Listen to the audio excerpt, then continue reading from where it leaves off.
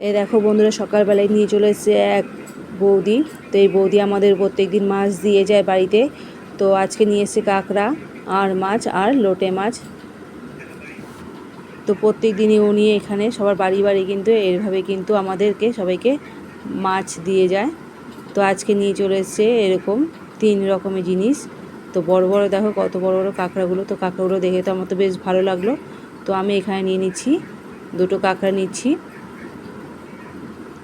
বেশ বড় বড় আছে। আমি বলেছি মাঝখান দিয়ে 2টো পিস করতে। একটুখানি গোটা তোমরা রাখতে পারো, তবে কিন্তু আমার কাছে মনে হয় এরকম বড় বড় তো একটু মাঝখান দিয়ে পিস করলে তাহলে ভেতরে কিন্তু মশলাটা যায়, খেতেও কিন্তু বেশ ভালো লাগে। তাই কিন্তু এখানে আমি এইগুলোকে 2টো পিস করিয়েছিলাম। এই দেখো 2টো করে পিস করেছে, তাও কত বড় বড় হয়েছে।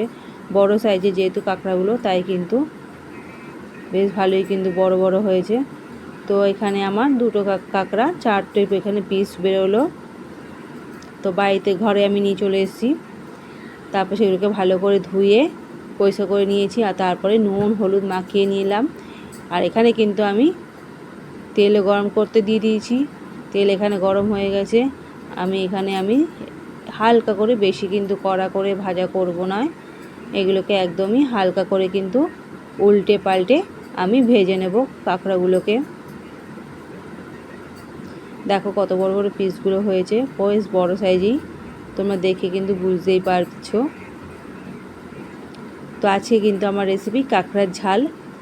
তো এরকমই কিন্তু আমি 2টো সাইড বেশি কিন্তু করা নয়, হালকাভাবেই কিন্তু আমি ভাজা করব।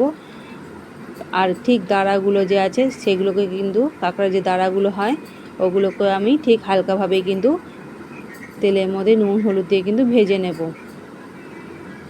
এগুলোকে বেশি আমি কড়া করে ভাজা করব না।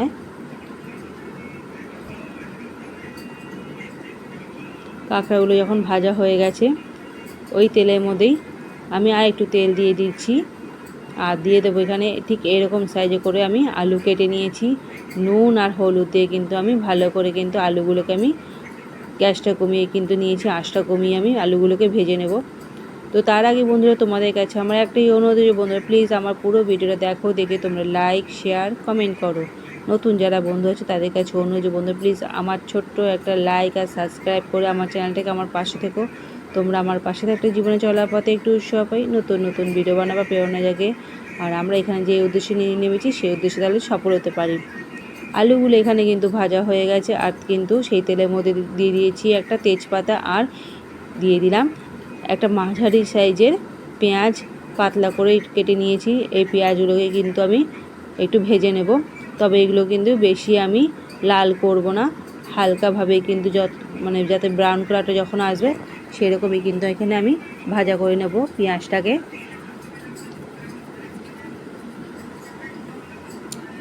ব্রাউন কালার যতক্ষণ আসে ততক্ষণ কিন্তু এটাকে বেশ আমি এখানে ভেজে নিচ্ছি।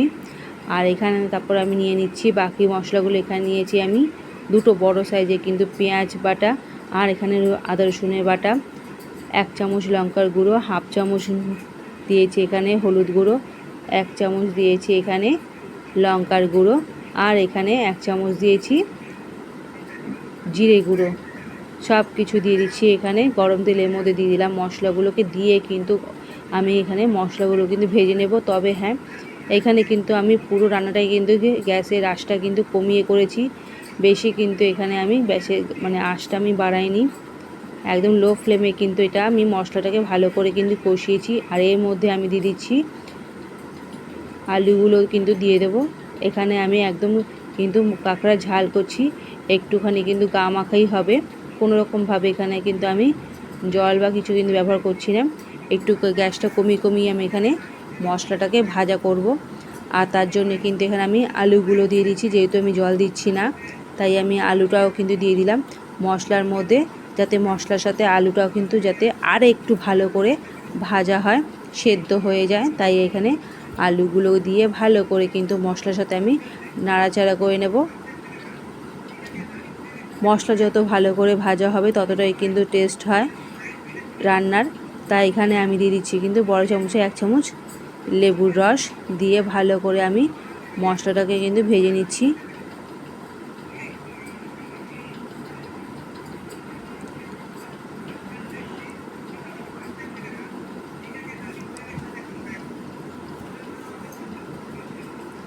খুব ভালো করে কিন্তু গ্যাসের আঁচটা কমিয়ে কিন্তু এখানে আমি রান্নাটা করছি।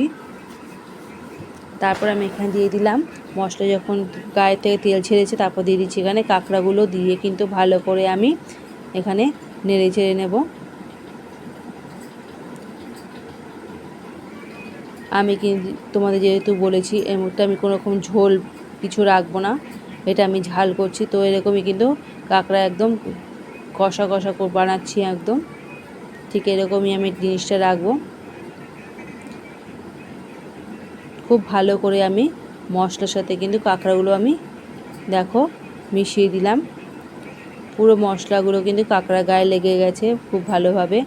আর তারপর এখানে নামানোর আগে দিয়ে দিচ্ছি আমি এখানে গরম মশলা দিয়ে কিন্তু ভালো করে কিন্তু একটু আমি এটাকে গরম মশলাটা নেড়ে ছেড়ে নেব গরম মশলার সাথে দিয়ে। এই দেখো কত সুন্দর কিন্তু গা মাখা হয়ে গেছে মশলাগুলো। তো আজকের এই আমার রেসিপি তোমাদের কীরকম লাগলো তোমরা কিন্তু অবশ্যই আমাকে জানাবে। তোমাদের কমেন্টের অপেক্ষায় আমি কিন্তু রইলাম। আর আমার চ্যানেলটাকে ছোট্ট একটা কিন্তু বন্ধুরা সাবস্ক্রাইব করে কিন্তু আমার পাশে থাকবে।